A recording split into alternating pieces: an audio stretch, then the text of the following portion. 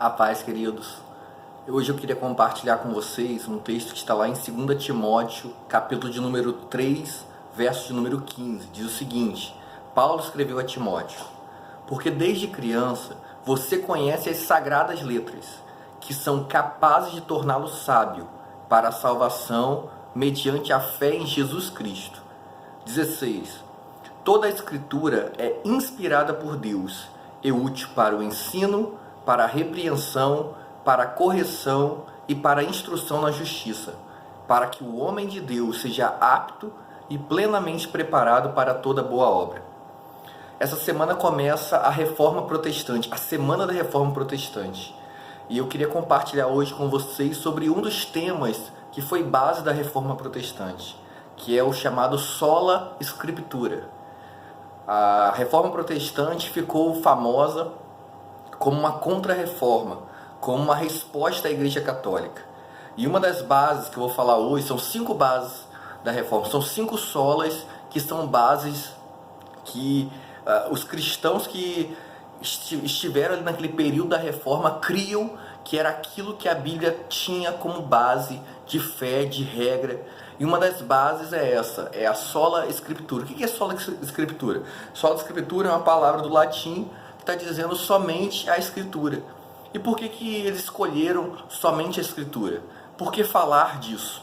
Porque na época da Reforma Protestante, ou anterior à Reforma Protestante, a Igreja Católica colocava outras coisas que não a palavra em pé de igualdade, de autoridade com a palavra de Deus.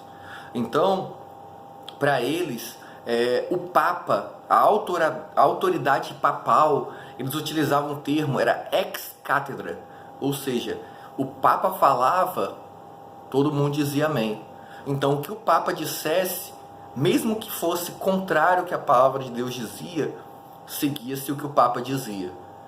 Outra coisa que a Igreja Católica impôs naquela época é o que a Igreja falava também era em pé de autoridade com a palavra de Deus. Então, se a Igreja, em comunhão, em comunidade, decidisse algumas coisas, existiam vários concílios na época.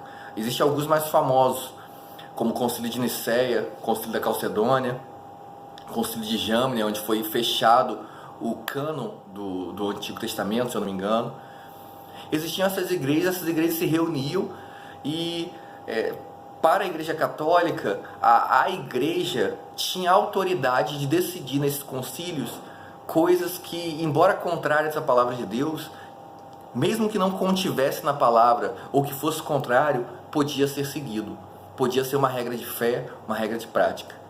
E uma outra coisa que, além da autoridade papal, além da autoridade da Igreja, a autoridade da tradição. A tradição estava em pé de autoridade com a Bíblia. Então, se todo mundo fazia algo, se pessoas famosas, se pessoas que eram relevantes naquele período, os santos da igreja fizeram algo, aquilo era tido como uma doutrina, como uma regra de fé. E Martinho Lutero foi um dos defensores de que isso não é certo. A autoridade da igreja, a autoridade papal, a autoridade da tradição não pode ser em pé de igualdade ou acima da palavra de Deus.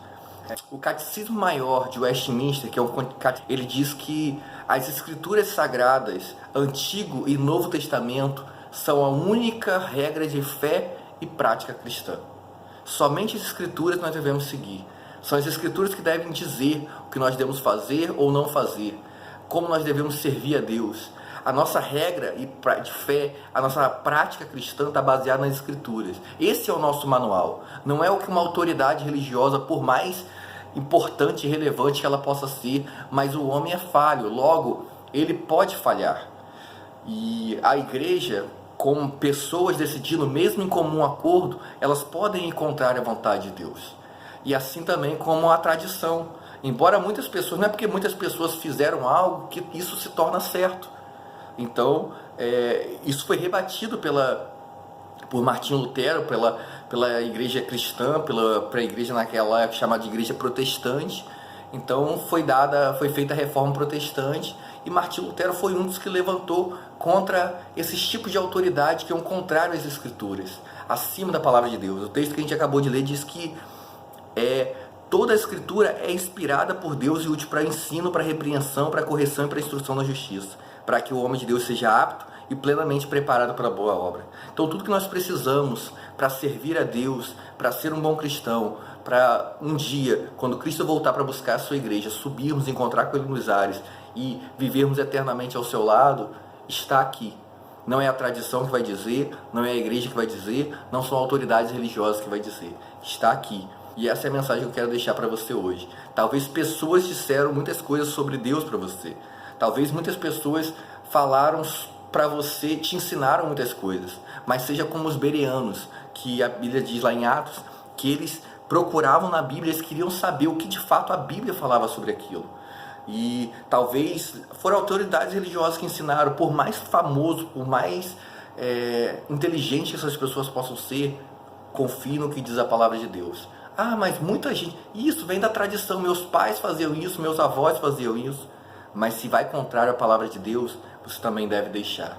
Por mais que a igreja, a comunidade de fé que você participe, faça algo, Deus, que a palavra de Deus julga contrário a essas práticas, então você deve deixar.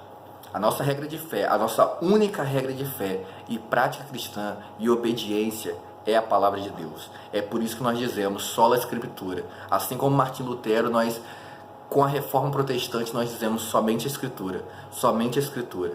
Nada acima da Escritura. Ela é a autoridade máxima. Ela é a palavra de Deus na terra. A palavra Escritura, sola Escritura, o texto diz aqui, que a gente acabou de ler, que ela foi inspirada por Deus. A palavra inspirada é soprada, tem dela, né? Eu não lembro agora o termo, mas é como se fosse o próprio hálito de Deus que era liberado para aquelas pessoas. Então, ela é infalível, ela é perfeita. Tudo que está aqui é perfeito, porque Deus é perfeito, sua palavra é perfeita. Ela é inerrante, infalível, e nós cremos nessa palavra. E ela deve ser a nossa única regra de fé e prática. Deus abençoe você.